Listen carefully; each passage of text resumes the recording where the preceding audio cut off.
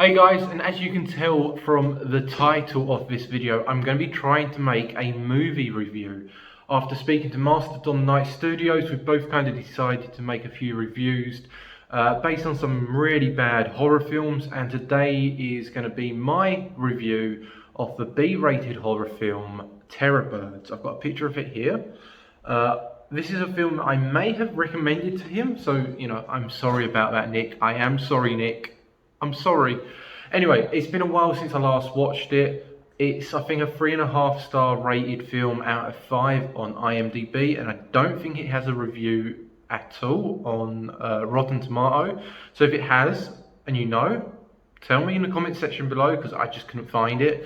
So yeah, I thought this would be the perfect way for me to try and slip into the reviews of movies on YouTube on this channel.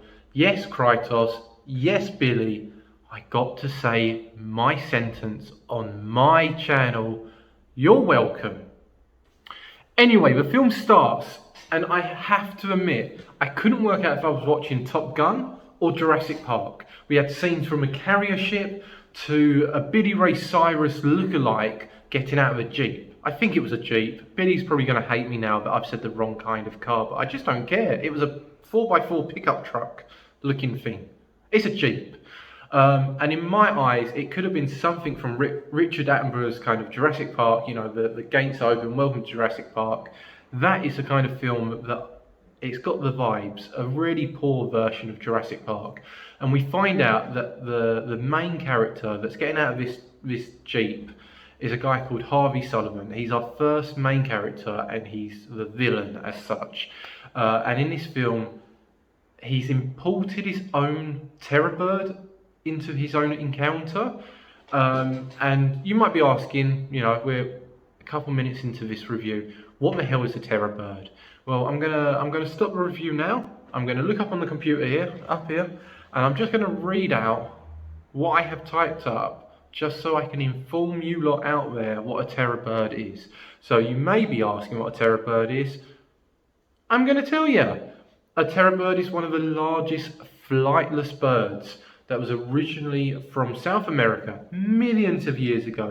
Again, the Jurassic Park style film, it's coming into this movie.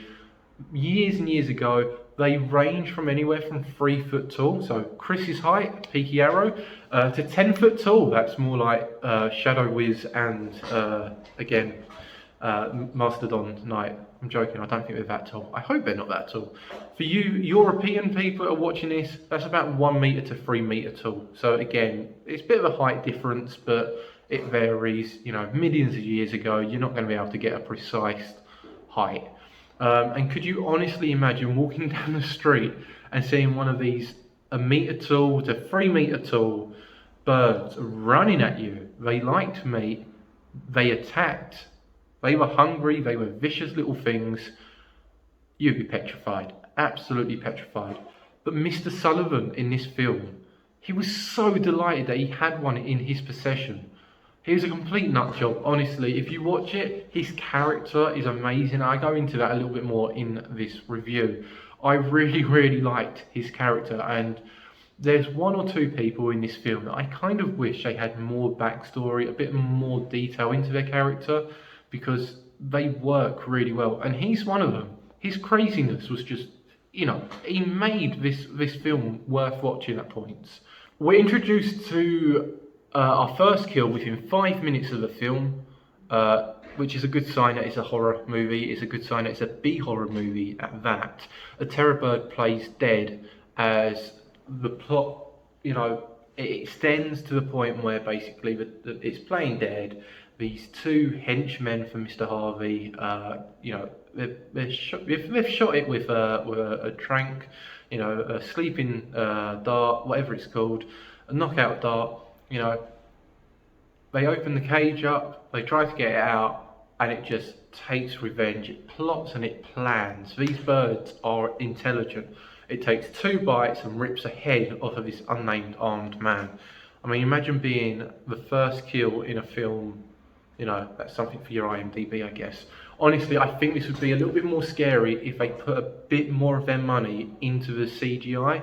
The computer generated birds are just, they're not great. Like if this film come out in the early 2000s, you could kind of give it a bit more leeway, but this come out literally like 4 years ago, and I constantly think that throughout this film, I wish there was more improvements on these birds. They just don't, you can tell they're not there. It ruins the film a little bit graphic wise, and it does let it down. I reckon you agree if you've seen it. 6 months later, we find out that a bird watcher called Keith goes missing after trespassing on private land. Can we believe whose private land it is? Yeah, Mr. Sullivan's ranch, or whatever you want to call it. His daughter, Maddie, goes out with her friends on a wild goose chase. Yes, I said it, goose chase, looking for him. And they track him down to the achy breaky's heart, whatever you want to call him, the ruthless, rich and slightly crazy Mr. Sullivan and his ranch, or whatever you want to call it again, who is trying to breed terror birds at any cost. The man is obsessed with these birds, and you can kind of see it. He must have loved Sesame Street growing up. You know, Big Bird on the screen, he must have loved it. There's a scientist that refuses to help and tries to leave, forcing Harvey's hand into, unfortunately, the next step in this film. His henchman breaks her engine or takes something out of the car. She tries to start it, it doesn't start, and then all of a sudden you see this gate open up in the background, 2 terror birds come into the camera view, and yeah, she's a sitting duck. A sitting duck.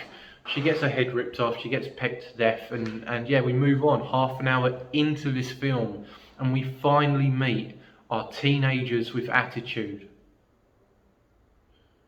Sorry, that's the wrong franchise.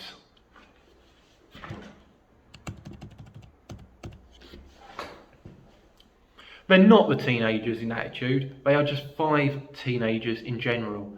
And as they go on what feels like a never-ending road trip, only to stop at the same petrol garage that Maddy's father was at earlier in this film. You may remember it for the crazy-looking guy that works at the petrol pump or the gas pump, whatever you want to call it.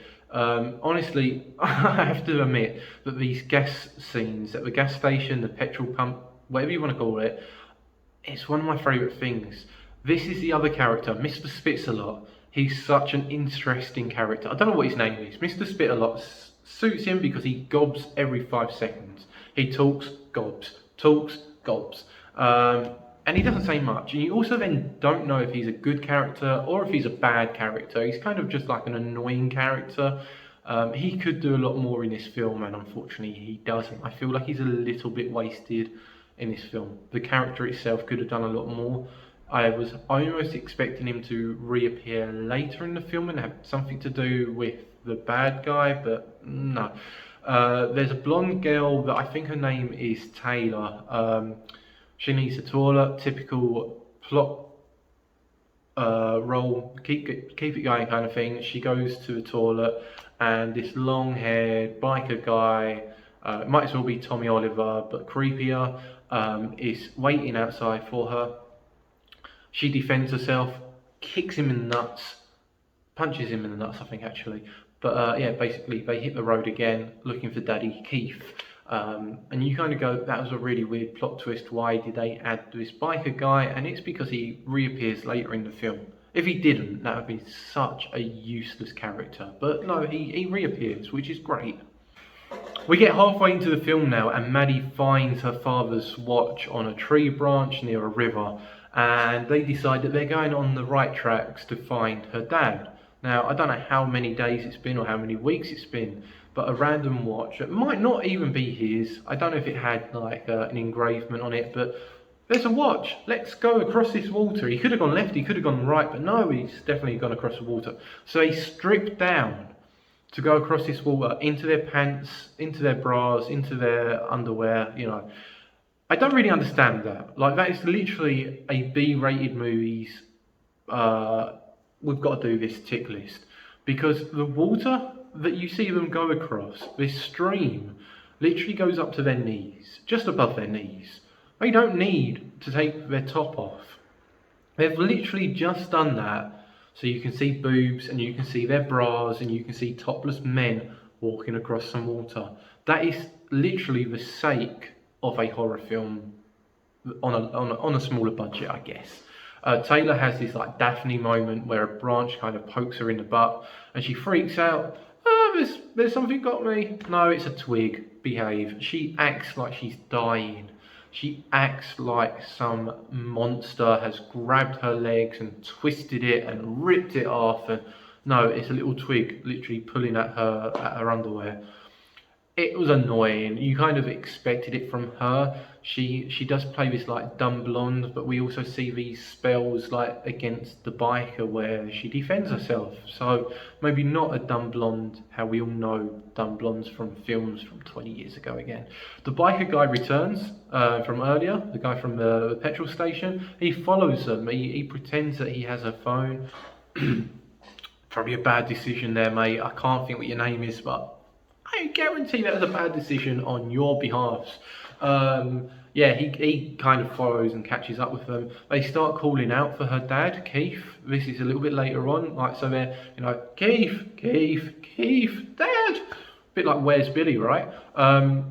Taylor actually uses her brain yet again. Maybe because she's lazy. Maybe she's just really smart and we just don't know it. But she gets her phone and goes, Keith, repeat.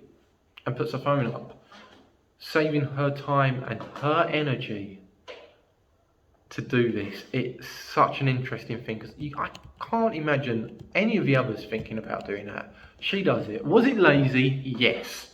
Was it clever? Yes. Does that make me like her anymore as a character? No. Honestly, she's a really annoying character. Most of these 5 teenagers are really annoying. They have their good spells, but overall, they're not great characters. And I think that's what you find with a lot of these B boring movies, I guess, with B horror movies, where there's boring characters, interesting storylines, but they just need a little bit of tweaking, a little bit of improving. The gang hits Harvey's ranch. Literally, they get to the gate, they open it up, and this guard comes out, gun, what are you doing? Get lost. He's preventing them from entering. They have to be a bit more creative, so they walk off, I'm sorry, see you later, and they walk off. And they find another way to get in, another way to find her dad, because they know that her dad is somewhere to do with this ranch. Do we ever ask why they don't just call the police? No, because this is a horror film. That's all horror films do. They do stupid things. We've seen it with films like Scream. We've seen it. It's literally the reason why Scary Movie exists, is because they take the mick out of all of these little concepts. They find a gate that isn't locked. They kind of push it open again and they explore. The gang are shot at with sleeping darts, one by one by one. One tries to run off, gets shot again. These are by the 2 henchmen that we see throughout this film. They don't really do too much in this film.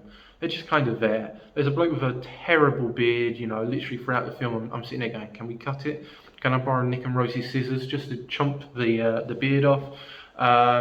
Didn't need to do that in the end, did I? And at the end of this film, see you later, guys. So yeah, basically, all the teenagers with attitude, they get chucked in the back of a van with this biker dude again. The guy that's running around saying, I've got this girl's phone, he's in the back of the van. He wakes up to overhearing, basically, their plan, I guess. They get dumped into the middle of the woods, half awake at this point, and they suspect that something's going, that's going to happen. These 6 Power Rangers wake up, no wait, not Power Rangers, these 6 teenagers, Power Rangers mindset here, there's 6 people, and one of them, the additional guy, has got long hair like Tommy.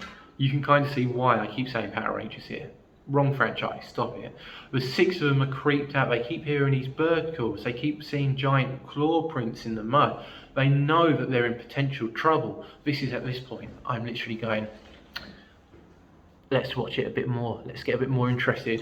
The biker boy that we don't particularly like, you know, he's got some good spells, he's got some bad spells, and I think that's with a lot of these characters. He gets his head chomped off by a gang of the birds. They reappear, and the gang split up into two groups, two terror birds, two groups. Remember, this film is about giant, human-sized, scary, man-eating birds. And we're 25 minutes until the end, until we start seeing quite a lot of action happen. Quite a slow suspense, a lot of action at the end. I feel like they probably should have done a little bit more at the beginning, maybe a bit more in the middle of the horror. I think more blood, more guts, and more of these birds would have been a lot more interesting throughout the film. It's a lot slower earlier on, but again, this is a B horror film. Oh my goodness, my goodness, my goodness, my goodness, my goodness. I cannot think of what the girl's name is. I can't think what her name is. She was the lesbian one. Like, I've literally, like, I can't think what her name is. She wore glasses throughout the film. She gets head. Not in the way that you lot are now expecting me by saying that. She hides behind a tree, like, that's, like, fallen, and with a little peck, she's instantly killed. Literally, she's sitting there, she takes her glasses off, cleans them, and she dies. And the bird then rips her skull, her spine is still attached to the skull, and it flings it off into the distance. These birds must have been having a field day. Kind of works, that one. Kind of. The remaining four get trapped up a tree by the two terror birds. Not all in one tree, obviously that would be too silly, I guess. They're in trees almost parallel to each other. One bird, one tree. Two people in both. Until the henchmen appear again, or the henchman, I guess, would appear, with their guns blazing, scaring the shit out of the birds, and they flee, but just for a short period. Again, these birds are smart, they're clever. They run off into the distance. The henchmen are threatening the people in the trees. The guys in the trees can see in the distance that the birds are sitting there waiting, planning. They run like rhinos. Like, honestly, the speed of these birds running in a straight line, because it is a B-rated horror film with low budget here. It runs as fast as it can. And yep, Mr. Beard guy gets killed. And then all of a sudden the remaining henchman, who's a slightly overweight guy in a red t-shirt, runs into an electric fence. Yeah, so we've got no henchmen now. That's a good sign, I guess. I think that's a good way to, you know, that side of things. The guys, the characters, the 4, whatever we're up to now, 4 superheroes, the 4 annoying teenagers jump in this buggy, not a baby buggy, like a beach buggy thing, whatever it's called. They get to unlock, you know, they can't lock the gate. They get to a gate, they open it up, they're unable to lock this gate because the 2 turkey twisters are chasing them down. The two terror birds chasing them down. So they kind of jump back in the car and they drive off to Harvey's house. And at this point, you know, again, you're so close to the edge of your seat here. You're near enough falling off it. The suspense and the stress and the, oh my God, who's going to live? This is a horror film. Everyone's going to die. Final 15 minutes of the film, there's 2 birds, a couple of teenagers, and Mr. Harvey himself. And I'll let you find out who loses in the final, because I don't want to ruin the last 15 minutes. I won't tell you who dies. Again, I have just told you that the final henchman dies from an electrical fence, and we are down to a couple of teenagers, Mr. Harvey himself, and 2 birds are still alive. I'm not going to go into any more detail apart from that. We go down to Maddie, her 2 friends, like I said, Mr. Harvey with a gun and the 2 birds. Harvey finally admits to Maddie that her dad died. And Taylor, who doesn't get the bird treatment like all her friends and people in this film, she gets a bit of a snappy ending. I'm not going to ruin the final 10 minutes, final 15 minutes, like I said, but you are on the edge of your seat. You're about to fall off your seat. You're biting all your fingers, all your nails, all your toenails, you know, everything. You're so stressed. We get a bit of an explosion. We get a bit of slow motion. We get 2 survivors. We get a really, really good teaser Hopefully, hopefully we'll get to see a second film, although I can't really see it happening because, again, I think this film came out in 2016. It's a good couple of years old. Maybe the COVID side of things prevented any more filming or something, but I can't see there being a second one. But even the image that I showed you at the beginning, that's from the end of the film. So this film has a very basic horror movie idea. There's no slashers, there's no ghosts, there's no spirits or voodoo, there's no mystical powers. It's a story about killer birds. Birds that used to live on this planet years ago. It's a simple idea and it's easy to follow. It's a decent film to watch. It's a decent B horror style. The monster kills the characters one by one. Fairly creative ways that they get killed throughout this film, and I actually enjoyed this film. Yes, there's a lot of bad things in this film, and I could be marking off every single bad thing and saying that this film was dreadful, but you have to enjoy the bad things. You have to enjoy the little things in life, as a certain member of a film called Zombieland would say. I really like the terror birds. The concept isn't something new, but it works. It throws in a lot of Jurassic Park style into the film. It fits perfect. You could almost imagine these birds in that film. The whole trying to get them to breed, again, is very Jurassic Park style, and for that reason I think it would work on a better budget. My downside is still that CGI logic. The birds are so bad. Throughout the film I was just sitting there going, they're not real! They're not real! At least even like the Scooby-Doo film that came out 20 years prior. You could tell that it wasn't real, but it looked like a real dog, kind of. This doesn't look real. And that's my main issue. Some of the characters also had cardboard acting at points. They weren't the best of teenagers. But again, this is a B horror film. I'm not going to hate every single character. Mr. Harvey Sullivan, he's so animated compared to some of the other characters. In this film, he would honestly be my favourite if it wasn't for the gas guy. Maybe one of them two are definitely up there. Gas Man could easily have a mini-series as such. That would be also a fantastic idea. I wish it wasn't so low budget, because it could have done a lot better without being so low budget, but then it's a B horror film. What else do you expect? I would love to see this film done again with a bigger director, bigger producer, bigger actors, and a bigger budget. If you think this is a good film, I would honestly suggest you checking it out. The film does wonders considering the soundtrack. Suspense works really well. I really like this film. The acting could have been better. The teenagers were boring. The characters themselves, I can't remember half of their names. The CGI was poor. The framing was decent, but I don't really know too much about computering side of things. I would recommend this film to a lot of my friends. In fact, I did, as I mentioned. I mentioned it to Nick the other day. My thoughts of it being a 3.5 star rated film, I think is fair. If you've seen it, tell me what you think about it in the comment section below. If you enjoyed this one-off review, because I'm not going to be doing more reviews on this channel, I don't think, hit the like button, comment below and tell me that I've been talking a load of crap for 15 minutes, 25 minutes, or whatever it's been. And if you're new to my channel, why not sub to me? I will appreciate it. I'm aiming to get 350 subs before the end of August. I don't know if I'm going to hit it, but yeah. I'm Mark. This has been a review, and I'll catch you next time for probably something Power Rangers related, because that's all I seem to talk about.